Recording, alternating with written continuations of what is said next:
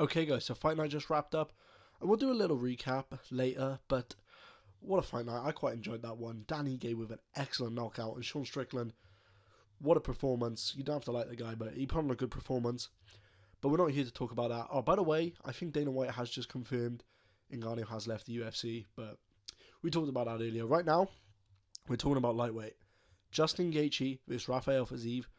The contracts haven't been signed, but it's being finalised. Brett Okamoto reported it. It's being finalised for London.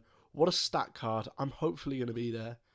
So I'll be doing content around that fight week. But what a stat card we're getting. But the reason I want to talk about it is, one, Justin Gaethje and Fiziev. First of all, I think Fiziev wins that fight. If it's a 5-rounder, which it won't be, but if it was a 5-rounder, I may have favoured Gaethje. Actually, no, I think I still would have went with Fiziev, but I think Fiziev's going to win the fight. What a fight it's going to be. It's going to be a war. It's going to be a bloodbath. It could be fight of the night on that card, but that card is getting stacked. But first reason I wanted to talk about it was we've wanted this fight for ages, and what a fight it's going to be. Hopefully it lives up to this expectation. Justin Gaethje fights are always entertaining because either he smashes someone or gets smashed. And we talk about Chandler having negative IQ. Gaethje has negative IQ. That man is something. He did say he had surgery, though. I don't know if it was to correct his speech or like his cardio, his breathing, but he has had surgery, so he might be better in the fights. But Fiziev, he's an up-and-coming prospect. Obviously, he knocked out Dos Anjos quite bad. Had that close fight with Bobby Green. Maybe we'll break that down. We probably will when it comes closer to the fight. But Fiziev's that up-and-coming prospect, and everyone wanted to see him take on Gaethje. And Gaethje didn't want to fight him. Gaethje kept on ducking him. But here we are. It's been finalised. And second reason I want to talk about this is great for the lightweight division, because in lightweight we've had this problem of the top contenders don't want to fight the up-and-comers. So we've got people like Gamrot and Sarukian taking on each other in a main event, which was a great fight. But they should be taking on each other later. Or we've just had Ismagulov versus Sarukian. Sarukian won. Ismagulov retired. I don't believe it was related to the loss. He said it was health issues, so I don't believe it was related to the loss.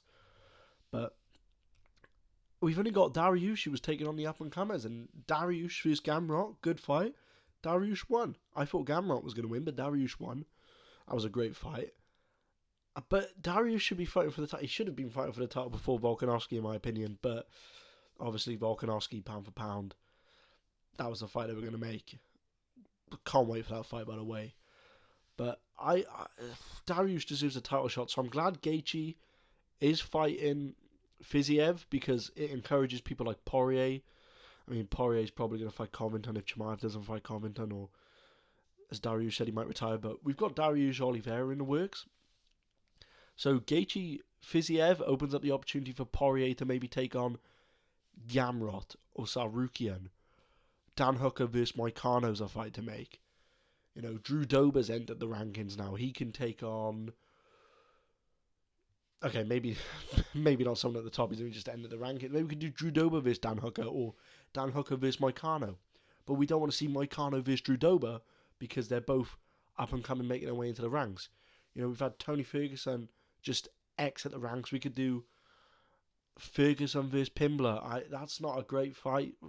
I mean, Pimbler kind of got exposed in his last fight, if you want to look at it that way, and Ferguson's on the decline, so either Ferguson gets the win but doesn't win against the top of the division still, or Pimbler wins, gets into the division, just gets beat.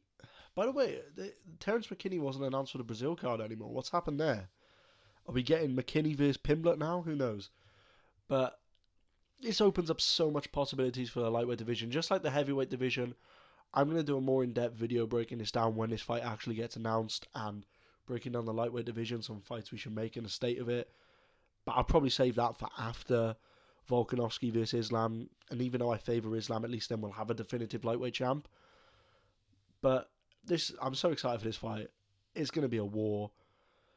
I kind of wish it was 5 rounds, just to really push the pace. But we might not even need 3 rounds. But we'll find out in London. Personally, I would have put it on 285 instead of London. But There we are. We're finally getting Gaethje vs Fiziev. Can't wait. Great content coming up in the next week. Protect yourself at all times, and I'll see you in the next one.